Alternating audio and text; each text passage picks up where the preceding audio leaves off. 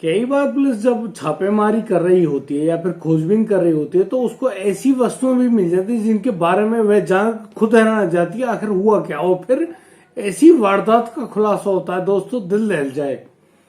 मैं भीषम प्रकाश आपका स्वागत करता हूँ बीपी थॉट्स में, और पूरी जानकारी के लिए बने रहिए हमारे साथ वीडियो में अंत तक। और यदि आप पहली बार हमारी ये वीडियो देख रहे हैं तो हमें सब्सक्राइब करना ना भूलें और नोटिफिकेशन की बेल को बजाएं जरूर, ताकि आपको इस प्रकार की सारी सूचनाएं मिलती रहें। या दोस्तों, आज हम आपको लेकर चलते हैं छत्तीसगढ़। छत्तीसगढ़ में एक बड़ी ही हैरान कर देने वाली वारदात सामने आई है, जहां पर एक इंसान होता है जो कि पुलिस की नॉलेज में, यानी कि जो सुरक्षा जांच एजेंसी होती हैं उनकी नॉलेज में, वो सिर्फ एक जाली नोट की, नकली नोटों को बनाने की फैक्ट्री चलाने वाला होता है। यानी कि वह सरहद पार से नकली नोटों की खेप मंगाता था और फिर उसे भारतीय बाजार में इस प्रकार चलाता कि उसको असली नोट समझकर लोग खरीद लें, यानी कि वह उन नकली नोटों को भी बेचता था। और इसी प्रकार की घटना जब सामने आई तो पुलिस यहाँ पर खोजबीन कर रही होती है और तलाश कर रही होती है कि आखिर वह आदमी कौन है। तो पुलिस को जो जानकारी मिलती है कि बिलासपुर एक इलाका है, काफी इंडस्ट्रियल एरिया है, यानी कि औद्योगिक शहर बिलासपुर में, जब पुलिस एक छापेमारी में एक व्यक्ति के पास पहुंचती है जिसका नाम पवन कुमार ठाकुर है। वह व्यक्ति जो कि जाली नोटों के तस्करी में गिरफ्तार हो चुका है और पुलिस उसको गिरफ्तार करके उसके बताए गए ठिकानों पर छापेमारी कर रही होती है। तो उसी छापेमारी करने के अंतर्गत जब वह उसके निवास स्थान पर पहुंचती है तो वहां पर कुछ ऐसे अजीब घटनाक्रम घटते हैं कि पुलिस खुद हैरान हो जाती है, आखिर यहाँ है क्या। जब पुलिस की टीम घर पहुंचती है तो दोस्तों वहां पर पुलिस को एक अजीब प्रकार की दुर्गंध आती है, यानी कि ऐसी गंदी बदबू जिसको नाक में जाते ही वहां पर टिकना बड़ा मुश्किल कर दे। लेकिन पुलिस को अपना काम करना होता है और पुलिस लगातार उसके घर में खोजबीन कर रही होती है। तो वह उस घर के अंदर से, यानी कि जो नीचे जो तहखाना था उसके अंदर से नोट छापने वाली मशीन, कुछ खास प्रकार के कागज और कुछ इंक वगैरह, बहुत सारा सामान ऐसा जो होता है वो सब बरामद करती है। पुलिस अभी भी उस दुर्गंध को ढूंढ रही होती है, आखिर ये दुर्गंध है किसकी और किस वजह से यहाँ पे आ रही है। पुलिस काफी हैरान है और पुलिस उसी दुर्गंध का पीछा करते करते आगे बढ़ रही होती है। तो वह जब उस बदबू को ढूंढते हुए वहां नीचे नहीं मिलता है कोई भी उनको, तो वो महसूस करते हैं कि वो बदबू ऊपर से आ रही है। तो वे जब ऊपर वाले प्रथम तल में पहुंचते हैं वहां पर भी उसको कोई भी बदबू वाली वो चीज नहीं मिलती है। उनकी खोजबीन लगातार जारी रहती है दोस्तों। और फिर जब पुलिस और ऊपर जाती है तो यहाँ पर तेज हवा चलने के कारण दुर्गंध तो नहीं आनी चाहिए थी, लेकिन यहाँ पर दुर्गंध के मामले में बहुत तेज बदबू सामने खड़ी हो जाती है, यानी कि बहुत तेज बदबू वहां पे हो रही होती है। पुलिस काफी हैरान है, अपनी नाक को ढकने के बाद पुलिस यहाँ पे खोजबीन कर रही होती है और छत पर 2 टंकियां रखी हुई हैं।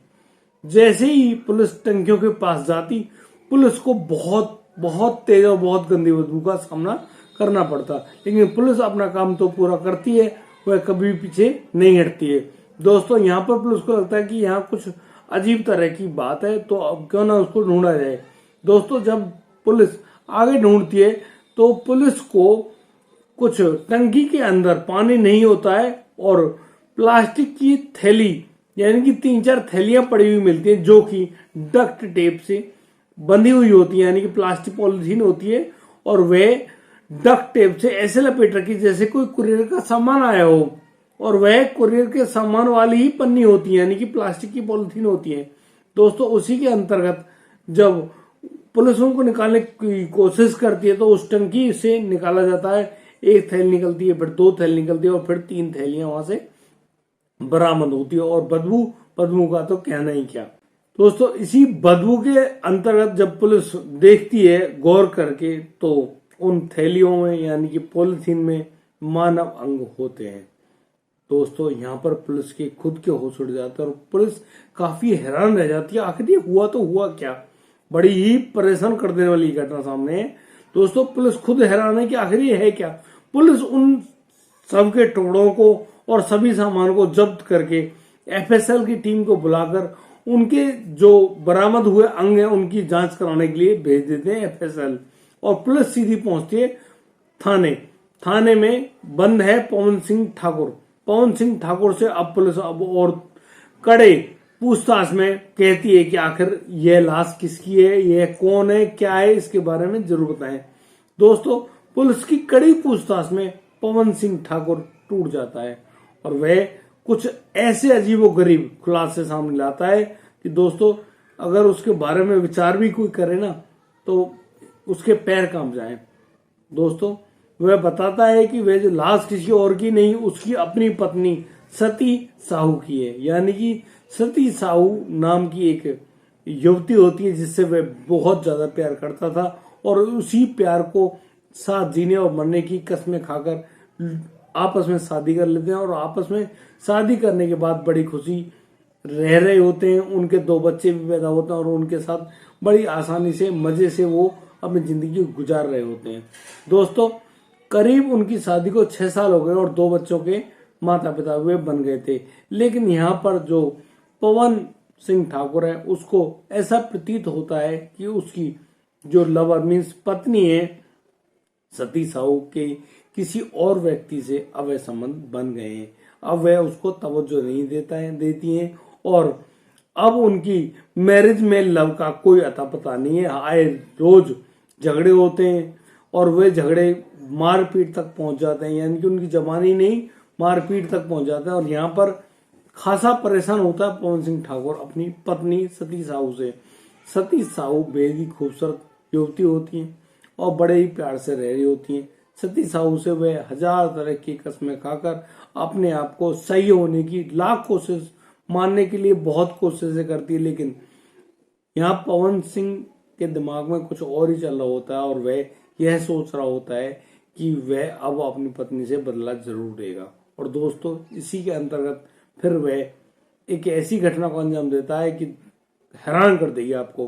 दोस्तों, मैं आपको ले चलता हूं 2 महीने पीछे, यानी कि 6 जनवरी 2023 को जो पवन सिंह ठाकुर होता है वह 5 जनवरी को अपने बच्चों को अपने घर यानी कि अपने गांव अपनी माता पिता के पास छोड़ आता है और अपने घर आ जाता है। और फिर 5 तारीख की रात को पति पत्नी दोनों मिलकर शराब पीते हैं और फिर दोनों के बीच में शारीरिक संबंध भी स्थापित होते हैं। लेकिन यहाँ पर जब पत्नी सती साहू सो जाती हैं तो जो लड़का होता है यानी कि पवन सिंह ठाकुर को नींद नहीं आती है। वह यहाँ पर पत्नी के सोने का इंतजार कर रहा होता है और करीब सुबह के 5 बजे के लगभग वह अपनी पत्नी सती साहू का गला घोटकर हत्या कर देता है। गला घोटकर हत्या करने पर अब उसके सामने यह कंडीशन थी कि वह अब अपनी पत्नी के शव को कहां पर ठिकाने लगाए। दोस्तों, इसी कंडीशन को वह सोचते हुए यह सोच रहा होता है कि अब उस शरीर को यानी कि उस शव को कहां पे ठिकान लगाए। फिर वह उस शरीर के टुकड़े करने की ठान लेता है और वह अलग अलग टुकड़े करने के बारे में विचार कर रहा होता है। उसके दिमाग में एक और विचार आता है कि वह अपनी पत्नी के शव को जला दे। लेकिन उसको यह लगता है कि वह एक रिहायशी इलाके में रहता है, अगर उसने अपनी पत्नी का शव जलाया तो बहुत ही गंदी बदबू उठेगी और सभी लोगों को पता चल जाएगा और लोगों का सामना करने की उसमें हिम्मत नहीं है। वह अब उस पत्नी के शव को ठिकाना लगाने के और अलग विचार करता है और इंटरनेट पे भी खोजता है। फिर उसको एक आइडिया आता है कि वह स्टोन कटर मशीन यानी जो पत्थर काटने वाली मशीन है उसको खरीद के लाता है। दोस्तों, जब उसको खरीद के लाता है तो और उस मशीन को चलाकर अपनी पत्नी के हाथों को, पैरों को, धड़ को और गर्दन को यानी कि अंगों के छोटे छोटे टुकड़े करके और जो कुरियर के लिए इस्तेमाल में आती है पॉलिथीन काफी मजबूत होती हैं और आप जानते हैं उनको कितनी मजबूत होती है, उसके अंतर्गत उन सब के टुकड़ों को डाला जाता है और फिर टेप से उनको लपेट दिया जाता है यानी कि एयर टाइट टेप लगा के डक टेप लगा के उसको मजबूती से पैक कर दिया जाता है। और अब वह विचार कर रहा होता है कि उन टुकड़ों को यानी कि उन बोरी जो उन्होंने बनाए थे कट्टे या पॉलिथीन बनाई थी उनको अब वह ठिकाने कैसे लगाए।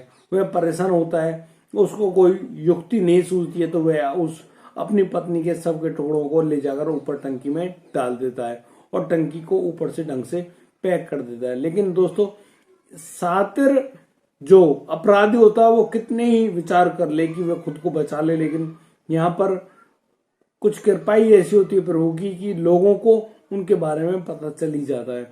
दोस्तों, यहाँ पर वह अपने परिजनों को भी इस बात को कहता है कि जो उनकी पत्नी सती है वह किसी अवैध लड़के के साथ भागकर चली गई है। वह कहता है कि मुझे शक था कि यह किसी न किसी दिन भाग जाएगी और यह अब भाग गई है। दोस्तों, इसी बात को लेकर वह अपने परिवार को और अपने बच्चों को भी गुमराह कर रहा होता है कि उनकी मम्मी उनको छोड़कर भाग गई है, अब आप मेरे साथ रहिए। दोस्तों, जब पत्नी को अपने रास्ते से वह हटा चुका होता है तो अब वह अपने ही घर में जाली नोटों के धंधे पर अपना दिमाग लगाता है और पैसे कमाने की पूरी कोशिश कर रहा होता है। लेकिन करीब 3 तारीख को उस लड़के यानी कि पवन सिंह ठाकुर को पुलिस गुप्त सूत्रों के अनुसार मिली जानकारी पर गिरफ्तार कर लेती है और गिरफ्तार करने के बाद जब खोजबीन कर रही होती है तब उसको पता चलता है कि यह अपनी पत्नी का भी हत्यारा है। यानी कि यह नकली नोट ही नहीं बेच रहा है, नकली नोट छापने की मशीन ही नहीं चला रहा है, वह तो एक हत्यारा भी है और उसने अपनी पत्नी का ही हत्या कर रखी है। दोस्तों, मैं बता दूं आपको, पवन सिंह ठाकुर पेशे से एक फोटोग्राफर है और वहीं बिलासपुर में एक फोटोग्राफी की दुकान भी चलाता था और वह खास प्रकार के कागजों को यानी कि बेंगलोर से मंगाता जो कि नकली नोट छापने में प्रयुक्त होते हैं। दोस्तों, यहाँ पर लव मैरिज के अंतर्गत जब दोनों के मन में फूट पड़ती है क्योंकि पत्नी उसको पवन सिंह ठाकुर को बराबर मना करती है कि वह नशे का आदी ना हो, वह नकली नोट छापने का धंधा ना करे क्योंकि ये धंधे बहुत बुरे होते हैं और हम इन धंधों को करने के बाद सुख से जीवन नहीं जी पाएंगे। दोस्तों, इन्हीं रोज रोज के तानों से वह परेशान था और फिर अपनी पत्नी को रास्ते से हटाने का प्लान कर लेता है और इसी प्लानिंग के तहत वह अपनी पत्नी की हत्या करके उसके शव के ऐसे टुकड़े करता है जैसे कि आफ्ताब ने अपनी जो गर्लफ्रेंड होती है यानी कि लिव इन रिलेशन में रहने वाली श्रद्धा वाकर जिसका दिल्ली में हत्याकांड हुआ जानते हैं, उन्होंने शरीर के करीब 36 टुकड़े करके उनको अलग अलग जगहों पर ठिकान लगाया और अभी तक पुख्ता सबूत भी उसको नहीं मिले हैं। यहाँ पर नार्को टेस्ट के अंतर्गत ही उसने स्वीकार किया है कि उसने ही श्रद्धा वाकर का हत्या की है। दोस्तों, ये बेहद ही शर्मनाक, दिल को हिला देने वाली ये घटना है, बड़ी खतरनाक है और मैं नहीं चाहता कि मेरी खुद की भावनाएं थोड़ी आहत हुई हैं इस सूचना को पाकर। मैं चाहता हूं कि दोस्तों समाज में इस प्रकार की जो घटनाएं वे लोगों की नॉलेज में रहें ताकि कोई और इस प्रकार की घटनाओं का शिकार ना हो। दोस्तों, मैं उम्मीद करता हूं कि आप लोग अपने परिवार, अपने बच्चों, अपने रिश्तेदारों की ढंग से मदद करेंगे। दोस्तों, यदि आपको हमारी वीडियो और दी गई जानकारी अच्छी लगी हो तो प्लीज हमें लाइक करें, कमेंट करें, शेयर करें और हाँ, सब्सक्राइब करना बिल्कुल ना भूलिए। दोस्तों, आप अपना प्यार बनाते रहिए। अभी के लिए मैं आपसे विदा लेता हूं। जय हिंद, जय भारत।